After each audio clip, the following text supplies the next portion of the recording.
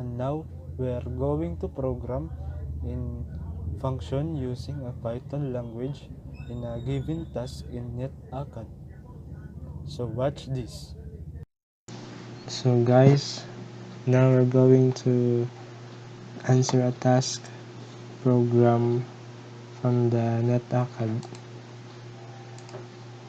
So this is the task. So the task objectives is projecting and writing parameterized function, utilizing the return statement, testing the functions.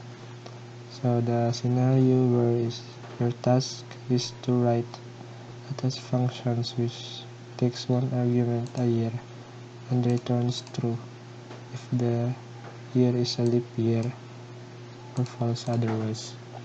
And note, we also prepared the shell testing code.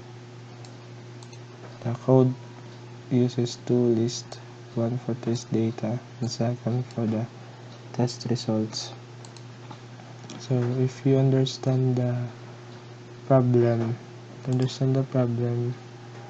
in short that your function should calculate if the given year is a leap year, so that the given function can check if test results is correct.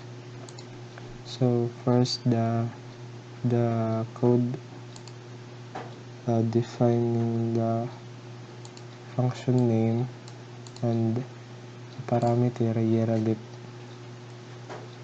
So the code missing for a calculation for the year leap that should return statement and a return statement. So let's try to code this. So if you analyze that the code here and for I in range in length test data, the range of this list, the range and length of this test data are the list is equal to year is equal to test data and index.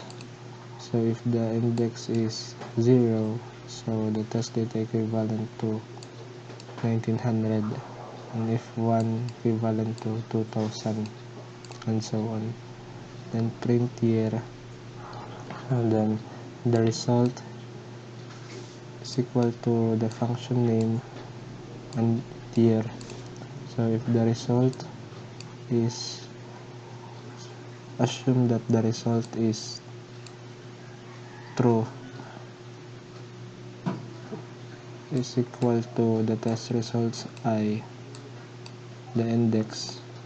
If it's 0, then it means that the equivalent in test results in the list is false. So true is equal to false is false, so it means that it will print failed. So it needs a logical operator in return. So return year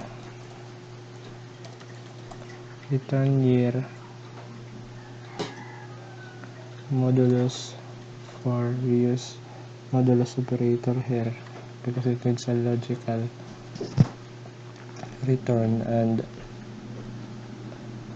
is equal to 0, and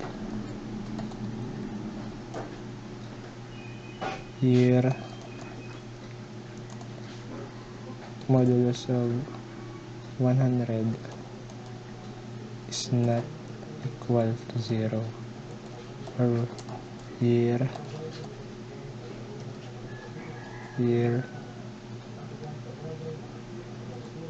modulus of 400 is equal to 0.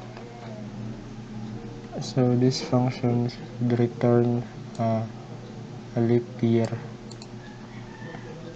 And if we run this, we can see here that because 1900 is not a leap year, not a leap year here,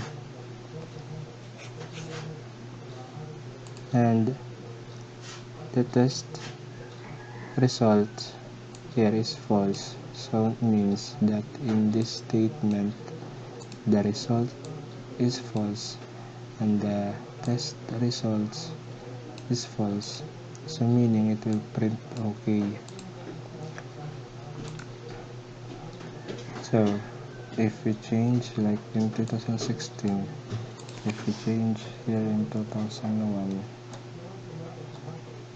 and try to program it, so 2001 is if not a leap year in this logical operator, logical calculation, then the test results here is true. So the result here is not a leap year, then the test results is true.